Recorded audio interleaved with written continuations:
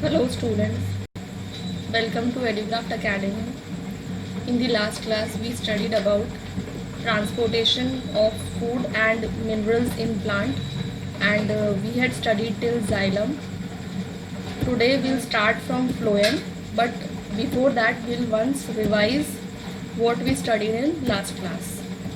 ठीक है, तो we studied conduction or transportation in plant. Which material is transported in plant? Which material is transported? Then water and food. Water and food is transported in plant. From where this water and food comes? This water is absorbed from the roots. Water is absorbed by roots. ठीक है, plants absorb water and minerals from soil by roots. ठीक है, तो plants absorb कर लेते हैं पानी को और इस तरीके से वाटर आ जाता है और फिर ये वाटर ट्रांसपोर्ट कैसे होता है? Bye xylem. और फूड कहाँ से आता है? तो food is formed in the process of photosynthesis. What is photosynthesis? देखो, फोटोसिंथेसिस इस वर्ड का मतलब क्या होता है? इसको डिवाइड कर दो ऐसे, divide.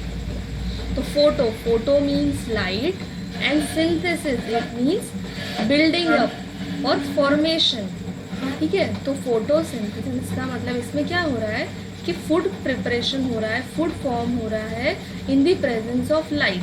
Food formation takes place in the presence of light, in the presence of sunlight and chlorophyll. ठीक है, देखो तो क्या है फोटोसिंथेसिस.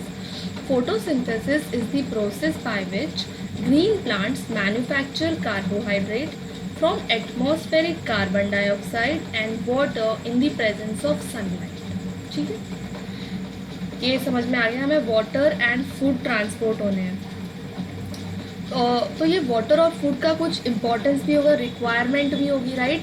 तो वो आगे हम पढ़ेंगे. पहले देखते हैं कि कैसे होता है ट्रांसफ़र. तो water is transported by xylem and food is transported by phloem. ठीक है, water bye xylem and food by phloem. This is very important.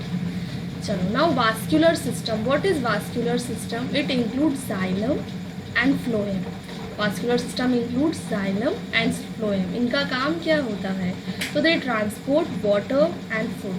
Xylem transports water and this phloem transport food. They are called conducting tissues as they are specialized to conduct water and mineral and transport food. ठीक है, ये आपको याद रखना है. Why xylem and phloem are called conducting tissue. देखो, conduct यानी transport करना. तो क्यों हम इन्हें ऐसा कह रहे हैं कि ये कंडक्टिंग टिश्यूज हैं? क्योंकि ये स्पेशलाइज्ड है. ये specialized to conduct water and mineral and transport food. अभी देखो, स्पेशल मतलब क्या होगा इनमें स्पेशलाइज्ड? देखो, वाटर ट्रांसफ़र करना है तो कुछ ट्यूब लाइक स्ट्रक्चर होना चाहिए, यानी कि उस सेल का जो स्ट्रक्चर है वो ट्यूब लाइक स्ट्रक्चर होना चाहिए, तो ही तो इजीली वाटर ट्रांसपोर्ट होगा. सपोज कि वो ट्यूब नहीं होगा, थोड़ा जिगजैग होगा, तो ट्रांसपोर्टेशन इजीली नहीं होगा, राइट. समझ आया आपको? स्पेशलाइजेशन क्या है? मतलब हम ये देखेंगे उनके सेल्स के टाइप्स, तो उसमें आएगा कि सेल्स कैसे स्पेशलाइज्ड हैं to conduct water and mineral and transport food, और इसीलिए उन्हें कंडक्टिंग टिश्यूज कहते हैं. ठीक है, ये याद रखना है. Why they are called conducting tissues. ठीक है, चलो अभी हाँ देखो, ये प्लांट है तो क्या चीज़ें हैं, क्या ट्रांसपोर्ट करना है उन्हें? वाटर और फूड. तो वाटर कहाँ से आएगा? सॉइल से वाटर, है ना. Roots will absorb water from soil. और फूड कहाँ से आएगा? Food will be prepared by the leaves. ठीक है, इस तरीके से ट्रांसपोर्ट होगा. चलो, अभी हम पढ़ते हैं जाइलम और फ्लोएम. देखो, दिस इज़ वेरी इंपॉर्टेंट. ठीक है, structure of xylem and phloem, function of xylem and phloem, cells of xylem and phloem. This is very important और अब हम यही पढ़ते हैं. जाइलम क्या है? Xylem is a complex tissue. Complex tissue मतलब क्या था? लास्ट क्लास में बताया था. कॉम्प्लेक्स यानी देखो, दो टाइप के टिश्यूज होते हैं, सिंपल टिश्यू और कॉम्प्लेक्स टिश्यू. सिंपल टिश्यू यानी it is made of single type of tissue, और कॉम्प्लेक्स टिश्यू यानी it is composed of different types of cells, ठीक है। सिंपल टिश्यू यानी वन टाइप, सिर्फ one type of cells present होंगे, सिर्फ एक ही टाइप के सेल्स होंगे, और कॉम्प्लेक्स में क्या होंगे, different types of cells present होंगे। फॉर एग्जाम्पल देखो जाइलम, जाइलम में क्या प्रेजेंट है, xylem vessels, tracheids, xylem parenchyma, xylem fibres, four types of cells are present, है ना, यानी it is composed of different types of cells, ठीक है, इसीलिए it is called complex tissue. आगे देखते हैं, it consist of living cells and non living cells. इसमें लिविंग सेल्स भी प्रेजेंट है और नॉन लिविंग सेल्स भी प्रेजेंट है। तो इसमें क्या लिविंग है, जाइलम पैरेन्काइमा। ये जो जाइलम पैरेन्काइमा है, सिर्फ जाइलम पैरेन्काइमा ही लिविंग है, ठीक है, सिर्फ जाइलम पैरेन्काइमा ही लिविंग है, बाकी xylem vessels, tracheids, xylem fibres, they are non living cells. ये क्या है, नॉन लिविंग सेल्स, ये याद रखना, ठीक है। चलो अब हम इनका स्ट्रक्चर देखते हैं कि जाइलम वेसल्स का स्ट्रक्चर कैसा है। तो जाइलम वेसल्स का स्ट्रक्चर क्या है, सिलिंड्रिकल ट्यूब लाइक स्ट्रक्चर, मतलब सिलेंडर है, cylinder tube, placed one above the other end to end. मतलब देखो एक सिलिंड्रिकल ट्यूब होगी, ट्यूब लाइक स्ट्रक्चर, एक सिलिंड्रिकल ट्यूब होगी, उसके ऊपर दूसरी सिलिंड्रिकल ट्यूब होगी, उसके ऊपर तीसरी सिलिंड्रिकल ट्यूब होगी, ठीक है, इस तरीके से उनका अरेंजमेंट होगा, इस तरीके से होगी जाइलम वेसल। ये क्या है, non living sales with lignified walls. मतलब नॉन लिविंग सेल्स, तो हमने पहले ही देख लिया कि जाइलम पैरेन्काइमा लिविंग है, बाकी सारे नॉन लिविंग है, with lignified wall. Lignified wall यानी lignin is present in the wall, ठीक है, लिग्निफाइड वॉल यानी lignin is present in wall, wall में लिग्निन प्रेजेंट है, ठीक है। चलो अब इसका स्ट्रक्चर देखते हैं। देखो ये है जाइलम वेसल, ये वन जाइलम वेसल है, इसके ऊपर एक दूसरा जाइलम वेसल होगा, है ना, उसके ऊपर तीसरा जाइलम वेसल होगा, ठीक है, इस तरीके से एक लॉन्ग ट्यूब लाइक स्ट्रक्चर होगा। अभी एक चीज़ और समझो, जैसे एक जाइलम वेसल, इसके ऊपर दूसरा जाइलम वेसल, तो ये कैसे जुड़े होंगे, जो एंड्स होंगे ना, जो एंड जैसे इतना जो पोर्शन होगा ना, वो थोड़ा सा डिसॉल्व हो जाएगा और एक कंटिन्यूअस चेन फॉर्म हो जाएगी, ठीक है, कंटिन्यूअस चैनल फॉर्म हो जाएगा, कंटिन्यूअस ट्यूब फॉर्म हो जाएगी, है ना। देखो एक के ऊपर एक तो गिर सकते हैं ना थोड़े बहुत, तो इसके लिए क्या होता है, ये वन स्ट्रक्चर, इसके ऊपर दूसरा स्ट्रक्चर, और यहाँ पर जो ये एंड्स हैं वो थोड़े से पार्शियली या कंप्लीटली डिसॉल्व हो जाते हैं और ये एक कंटिन्यूअस चैनल फॉर्म हो जाती है। समझ आ गया आपको जाइलम वेसल कैसा स्ट्रक्चर है, cylindrical tube like structure, placed one above the other, the ends, ये जो एंड्स है वो क्या करते हैं, the ends dissolve partially or completely and form a continuous channel, ठीक है, and they are non-living cells with lignified wall, ठीक है, जाइलम वेसल। अब देखो ट्रैकाइड्स, ट्रैकाइड्स का स्ट्रक्चर क्या है, ये भी non living elongated sales with tapering ends, ठीक है, टेपरिंग, कोई भी चीज़ हो, कोई भी बड़ी, ऊपर से कोई भी चीज़ बड़ी हो और नीचे से छोटी हो, ठीक है, ऊपर बड़ी हो नीचे से छोटी हो, उसे क्या बोलते हैं, टेपर होना। तो देखो ये टेपरिंग एंड्स हैं, इस तरीके से छोटे हो रहे हैं। यहाँ पर विड्थ कितनी है, देखो टेपर यानी विड्थ से होता है, यहाँ पर विड्थ ज़्यादा है और यहाँ पर कितनी है, कम है ना, इसका मतलब ये टेपर हो रहा है, ठीक है। तो ये क्या है, elongated cell with tapering ends, tapering ends, ऊपर भी नीचे भी, ठीक है, टेपरिंग एंड्स, ठीक है, elongated cell with tapering ends, ये पॉइंटेड एंड्स। और जो वॉल है ना, ये भी लिग्निन, इसमें भी लिग्निन प्रेजेंट है, ठीक है, वॉल जो है, वॉल में भी लिग्निन प्रेजेंट है, लेकिन कुछ प्लेसेस पर लिग्निन प्रेजेंट नहीं है, यहाँ पर लिग्निन प्रेजेंट नहीं है।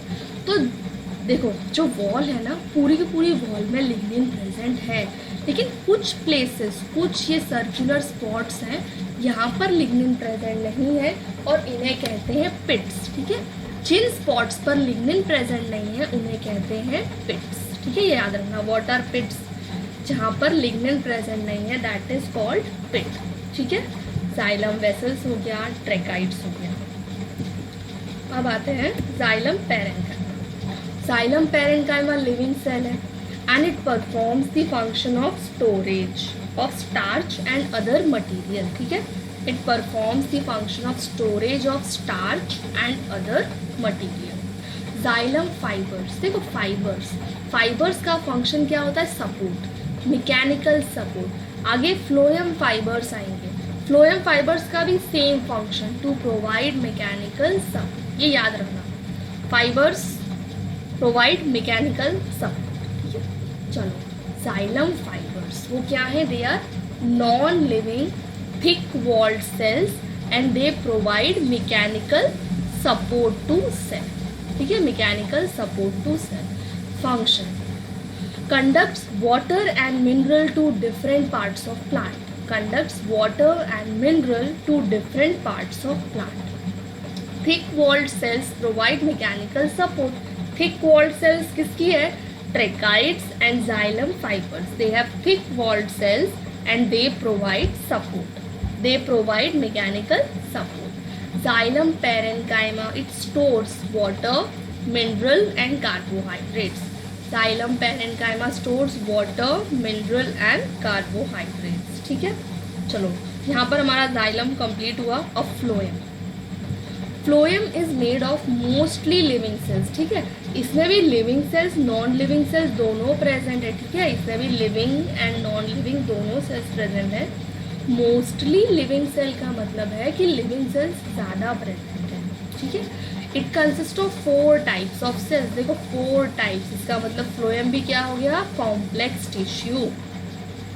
Phloem is a complex tissue as it is made of different types of cells. अब उसके सेल के टाइप्स क्या है?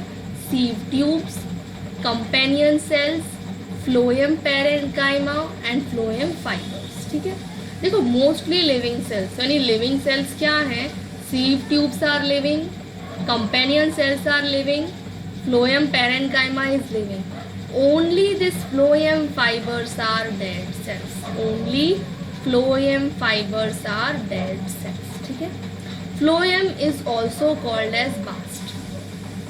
Sieve tube cell is the only plant cell without a nucleus. ये बहुत important है कि sieve tube cell is, ये याद रखना है आपको ये बात कि कौन सा सेल है जिसमें न्यूक्लियस प्रेजेंट नहीं है? तो सीव ट्यूब सेल्स. ठीक है, कौन सा सेल है जिसमें न्यूक्लियस प्रेजेंट नहीं है? तो sieve tube cell. Sieve tube cell is the only cell that is without a nucleus. चलो अभी देखो सीव ट्यूब्स, ये इनका स्ट्रक्चर क्या होता है? Specialised elongated cells without a nucleus. Nucleus present नहीं है और इलोंगेटेड सेल्स है, विदाउट राइबोसोम और vacuums. Ends are connected with other sieve tube member by sieve plate. इसका मतलब क्या है? एक सीव ट्यूब है, यानी एक इलोंगेटेड सेल है, उसके नीचे उसके ऊपर दूसरा इलोंगेटेड सेल है और दोनों के बीच में क्या प्रेजेंट है? सीव प्लेट. एक प्लेट प्रेजेंट है, उसे कहते हैं sieve plate.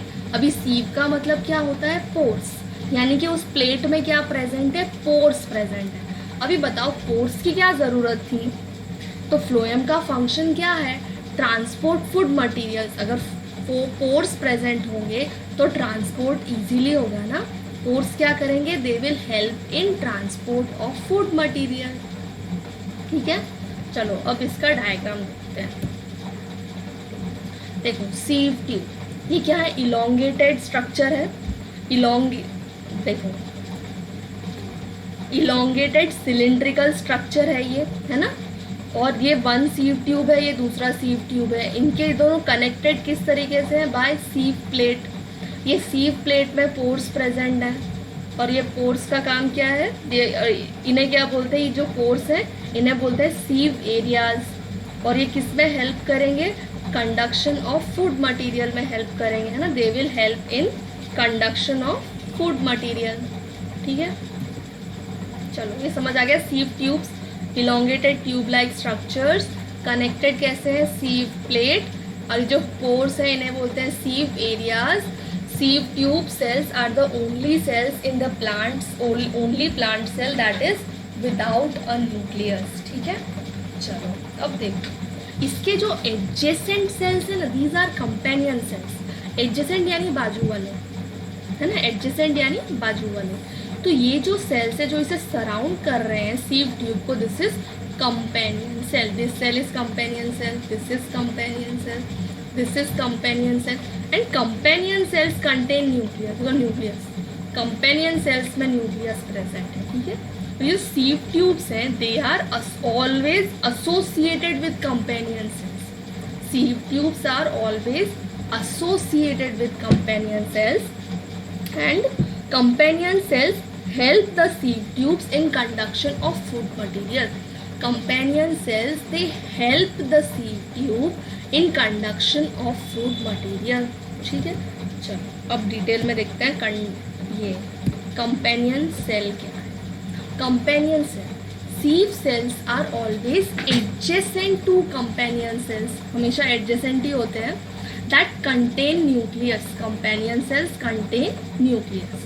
Companion cells are specialized parenchyma cells that help in functioning of sieve cells. यानी वो help कर रहे हैं, they help in functioning of sieve cells. चलो अब ये देखो सीव ट्यूब्स में तो न्यूक्लियस प्रेजेंट नहीं है, फिर भी सीव ट्यूब्स लिविंग है। फिर भी सीव ट्यूब्स क्यों लिविंग है, तो ये याद रखना, sieve tube cells they remain living because they are dependent on adjacent companion cell, ठीक है। Sieve tube cells remain living, वो लिविंग ही रहते हैं क्योंकि वो एक कंपेनियन सेल्स पर डिपेंडेंट रहते हैं, ठीक है। चलो फ्लोएम पेरेन्काइमा, जो फ्लोएम पेरेन्काइमा है, these parenchyma cells are present near the finer end points of sieve tube in leaf ventricles and help in transport of food. Phloem parenchyma यानी ये कहाँ पर प्रेजेंट है, सीव ट्यूब्स के and points पर, sieve tubes के and points पर present है and they help in transport of food. Phloem fibres, only dead cells in phloem, ठीक है, बाकी सारे लिविंग सेल्स हैं. हमने आगे ही देखा था phloem consist of mostly living cells, mostly है, phloem fibres are dead cells. और एक और चीज़ हमने आगे देखी थी, फाइबर का काम क्या होता है, provide mechanical support. Fibres provide mechanical support, ठीक है. तो फ्लोएम फाइबर का फंक्शन क्या हो जाएगा, इट प्रोवाइड्स मैकेनिकल सपोर्ट, ठीक है. चलो now function, transport of food material from leaves to other regions of plant. Food is prepared in leaves, ठीक है, लीव्स में फूड प्रिपेयर हो गया तो वहाँ से उसे उसके डिफरेंट रीजन्स तक ट्रांसपोर्ट करेंगे, ठीक है. कौन करेगा, phloem. It will transport food material from leaves to other regions of plant, ठीक है. फ्लोएम कंप्लीट यहाँ पर. होप कि आपको समझ आया होगा, लेकिन जाइलम और फ्लोएम अच्छे से पढ़ लेना टेक्स्ट बुक से, ठीक है. चलो अब हम इसके आगे करते हैं. हमने अभी देखा वाटर कहाँ से आया और फूड कहाँ से आया और वो ट्रांसपोर्ट किस तरीके से. अब देखते हैं users, importance of water to plant. Importance क्या है, तो ये याद रखना है आपको. फोटोसिंथेसिस, फोटोसिंथेसिस, फोटोसिंथेसिस क्या होता है. Photosynthesis is the process by which green plants manufacture food with the help of atmospheric carbon dioxide and water in the presence of sunlight. यानी फोटोसिंथेसिस में क्या हो रहा है, कार्बन डाइऑक्साइड और वाटर, CO2 और वाटर मिलके ग्लूकोज बना रहे हैं, ठीक है. तो यानी फोटोसिंथेसिस के लिए हमें कार्बन डाइऑक्साइड चाहिए, तो वो तो एटमॉस्फेयर से आ जाएगी. एटमॉस्फेयर से हमारी लीव्स में स्टोमेटा प्रेजेंट होते हैं, स्टोमेटा से डिफ्यूज हो जाएगी लीव्स में, राइट. अब वाटर, वाटर कहाँ से आएगा, रूट्स. वाटर कहाँ से आएगा, रूट्स. और वाटर कहाँ से आएगा, रूट्स से आएगा. और जाइलम वेसल्स उन्हें ट्रांसपोर्ट कर देंगे और फिर वो फोटोसिंथेसिस में हेल्प करेगा. समझ आया आपको. इम्पॉर्टेंस में सबसे पहली चीज़ क्या है, फोटोसिंथेसिस. वेरी इंपॉर्टेंट है ना, ये याद रखनी है. ये सभी पांचों के पांचों पॉइंट्स आपको याद रखना. सबसे पहला है photosynthesis. Next is plant cells filled with water are turgid so provide stiffness. देखो देखो सोचो कि देखो प्लांट सेल्स, देखो एक चीज़ समझो, कोई भी चीज़ अगर फिल होती है ना, भरी हुई होती है ना, तो उसमें ज़्यादा एनर्जी होती है। अगर कोई भी चीज़ खाली होती है ना, तो उसमें कम एनर्जी होती है। तो ऐसे ही सोचो प्लांट्स, अगर प्लांट्स की बॉडी में वाटर प्रॉपर अमाउंट में होगा तो वो ज़्यादा, तो उनमें ज़्यादा ताकत होगी, ज़्यादा एनर्जी होगी, ठीक है, ज़्यादा रिजिडिटी होगी, ज़्यादा स्टिफनेस होगी। अगर प्लांट सेल्स, देखो इसमें ना सब दो चीज़ें होती है, टर्जिडिटी, टर्जिड यानी कि जब कोई भी प्लांट सेल होगा, कोई भी प्लांट सेल होगा उसे हम हाइपोटोनिक सॉल्यूशन में रखेंगे। हाइपोटोनिक सॉल्यूशन यानी उस सेल से कम कॉन्सेंट्रेशन वाले सॉल्यूशन में रखेंगे, तो उस सेल में क्या होगा, एंडोस्मोसिस हो जाएगा और बाहर से पानी अंदर एंटर करेगा और वो सेल के अंदर पानी भर जाएगा और वो फूल जाएगा। उस कंडीशन को बोलते हैं टर्जिडिटी और उस सेल को बोलते हैं टर्जिड, ठीक है। चलो फिर से बोलती हूँ, टर्जिडिटी क्या होता है कि जब किसी भी सेल को हाइपोटोनिक सॉल्यूशन में रखते हैं, हाइपोटोनिक सॉल्यूशन यानी कॉन्सेंट्रेशन कम, सेल से कम कॉन्सेंट्रेशन वाले सॉल्यूशन में रखते हैं, तो क्या होता है, एंडोस्मोसिस होता है। बाहर से पानी सेल के अंदर एंटर हो जाएगा और सेल के अंदर पानी भर जाएगा और सेल फूल जाएगा, स्वेल हो जाएगा, स्वोलन हो जाएगा, राइट। तो उस कंडीशन को बोलते हैं टर्जिडिटी और उस सेल जिसमें पानी भरा हुआ है उसे बोलते हैं टर्जिड, ठीक है। तो प्लांट्स, देखो अभी ये लाइन देखो क्या लिखा है, plant cells filled with water are turgid, यानी देखो जिस सेल में पानी भरा हुआ होता है उसे कहते हैं टर्जिड। और कोई भी चीज़ अगर भरी हुई होगी तो वो ज़्यादा रिजिड होगी, ज़्यादा स्टिफ होगी, ज़्यादा सपोर्ट प्रोवाइड करेगी, है ना, ज़्यादा मैकेनिकल प्रोटेक्शन देगी। तो वो क्या करेंगे, वो उस ट्री को, उस प्लांट को स्टिफनेस प्रोवाइड करेंगे, है ना। समझ आ गया आपको कि plant cells filled with water are turgid, so they provide stiffness to the plant, ठीक है। चलो इसके बाद है ट्रांसपिरेशन। ट्रांसपिरेशन क्या होता है, transpiration is the loss of water in the form of water vapor from the aerial parts of plant। वापस से, transpiration is the loss of water in the form of water vapor from the aerial part of plant, mainly from leaves, ठीक है। देखो तो transpiration कैसे होगा, अगर plant के अंदर पानी नहीं होगा तो ट्रांसपिरेशन होगा नहीं ना, इसीलिए प्लांट के अंदर पानी का इम्पोर्टेंस है कि पानी होगा तो ट्रांसपिरेशन होगा, क्योंकि ट्रांसपिरेशन क्या करता है, प्लांट को कूल करता है। Transpiration helps in cooling the plant body, है ना।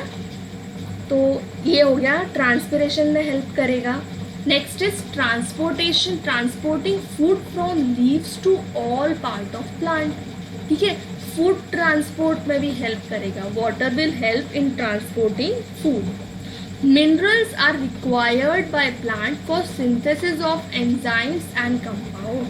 देखो मिनरल्स भी कहाँ से आते हैं, सॉइल से आते हैं, और वो अकेले नहीं आ सकते, वो वाटर के साथ आते हैं, है ना। Minerals are transported along with water, ठीक है, minerals are transported along with water. अभी प्लांट बॉडी को तो मिनरल्स का रिक्वायरमेंट है, प्लांट की बॉडी को तो मिनरल्स चाहिए, है ना, उन्हें मिनरल्स चाहिए। क्यों मिनरल्स भी क्यों चाहिए, क्योंकि वो एंजाइम्स और कंपाउंड्स का सिंथेसिस करते हैं, इंपॉर्टेंट कंपाउंड्स, ठीक है, which are required by the plant, उनका सिंथेसिस करते हैं। तो मिनरल्स के ट्रांसपोर्टेशन में भी प्लांट्स हेल्प करते हैं। Plants help in transportation of minerals, plant helps in transportation of food, और फोटोसिंथेसिस, ट्रांसपिरेशन और टर्जिड सेल्स प्रोवाइड स्टिफनेस, ठीक है। ये याद रखना है आपको, ये इंपॉर्टेंट है, ठीक है। इंपॉर्टेंस ऑफ वाटर क्या है, photosynthesis, turgid cells provide stiffness, transpiration, transporting food, minerals are required by the plant for synthesis of enzymes and compounds, ठीक है, ये याद रखना। चलो अब देखो, characteristics of roots for absorbing water. हमने अब तक क्या देखा, वाटर का इम्पोर्टेंस देख लिया, वाटर एंड फूड का कंडक्शन देख लिया, साइलम और फ्लोएम का स्ट्रक्चर देख लिया। अब देखो रूट्स के कैरेक्टर, प्लांट वाटर को एब्जॉर्ब कौन कर रहा है, सबसे पहली लाइन चैप्टर की, plants absorb water and minerals from the soil, right, by roots. Plants absorb water and mineral from the soil by roots, ठीक है। तो रूट्स एब्जॉर्ब कर रहे हैं, राइट। तो रूट्स कैसे एब्जॉर्ब कर रहे हैं, तो रूट्स के पास कुछ तो स्पेशल फीचर होगा, कुछ तो उसकी कैरेक्टरिस्टिक होगी ना जो वाटर एब्जॉर्ब करने में हेल्प करे, ठीक है। कैरेक्टरिस्टिक्स ऑफ रूट्स, हम अभी वही पढ़ेंगे, रूट की कैरेक्टरिस्टिक जो वाटर एब्जॉर्ब करने में हेल्प करती है। देखो ये है रूट हेयर सेल, ये क्या है, this is a root hair cell, root hair cell, ठीक है। देखो रूट हेयर्स, इसमें क्या था, रूट जो है ना, देखो ये देखो, roots have enormous root hairs which increase the surface area for absorption of water। देखो जो रूट हेयर्स होते हैं ना वो बहुत ज़्यादा होते हैं, रूट्स के पास रूट हेयर्स बहुत ज़्यादा होते हैं, इनॉर्मस रूट है। अभी जितने ज़्यादा रूट हेयर्स होंगे उतना ज़्यादा सरफेस एरिया, राइट, उतना ज़्यादा सरफेस एरिया, और जितना ज़्यादा सरफेस एरिया उतना ज़्यादा वाटर एब्जॉर्प्शन, ठीक है, जितना ज़्यादा सरफेस एरिया उतना ज़्यादा वाटर एब्जॉर्प्शन। सबसे पहली चीज़ तो है कि रूट्स के पास रूट हेयर्स बहुत सारे होते हैं, roots have enormous root hairs, ठीक है। अब दूसरी चीज़ कि जो रूट हेयर्स होते हैं ना वो बहुत ही थिन होते हैं, बहुत ही थिन, डेलिकेट, नैरो, बहुत ही थिन। अभी सोचो कि रूट हेयर्स बहुत ही थिन होंगे तो थिन होने से भी तो सरफेस एरिया और बढ़ेगा। सबसे पहली चीज़ तो है कि इनॉर्मस रूट हेयर्स, और दूसरी चीज़ root hairs are long and narrow. Root hairs बहुत ही थिन होते हैं, बहुत ही लॉन्ग होते हैं, तो उससे भी सरफेस एरिया इंक्रीज हो जाता है ना, उनकी लेंथ ज़्यादा होती है, they are long and narrow, उससे क्या होता है, सरफेस एरिया बहुत ज़्यादा हो जाता है। तो जितना ज़्यादा सरफेस एरिया उतना ज़्यादा वाटर एब्जॉर्प्शन, ये आपको याद रखना है। Roots have enormous root hairs, ठीक है, ये पॉइंट याद रखना। चलो अब second point, the cell sap of root hair is at higher concentration than surrounding cell water. देखिए ये रूट है, जो इसके अंदर सेल सैप प्रेजेंट होता है, दिस इज सेल सैप, और इसके अंदर सेल सैप प्रेजेंट होता है, और ये जो सेल सैप है it is at higher concentration. देखो इसका कॉन्सेंट्रेशन हाई है, इसका मतलब इसमें वाटर कॉन्सेंट्रेशन कम हो गया, राइट, इसके अंदर वाटर कॉन्सेंट्रेशन कम हो गया।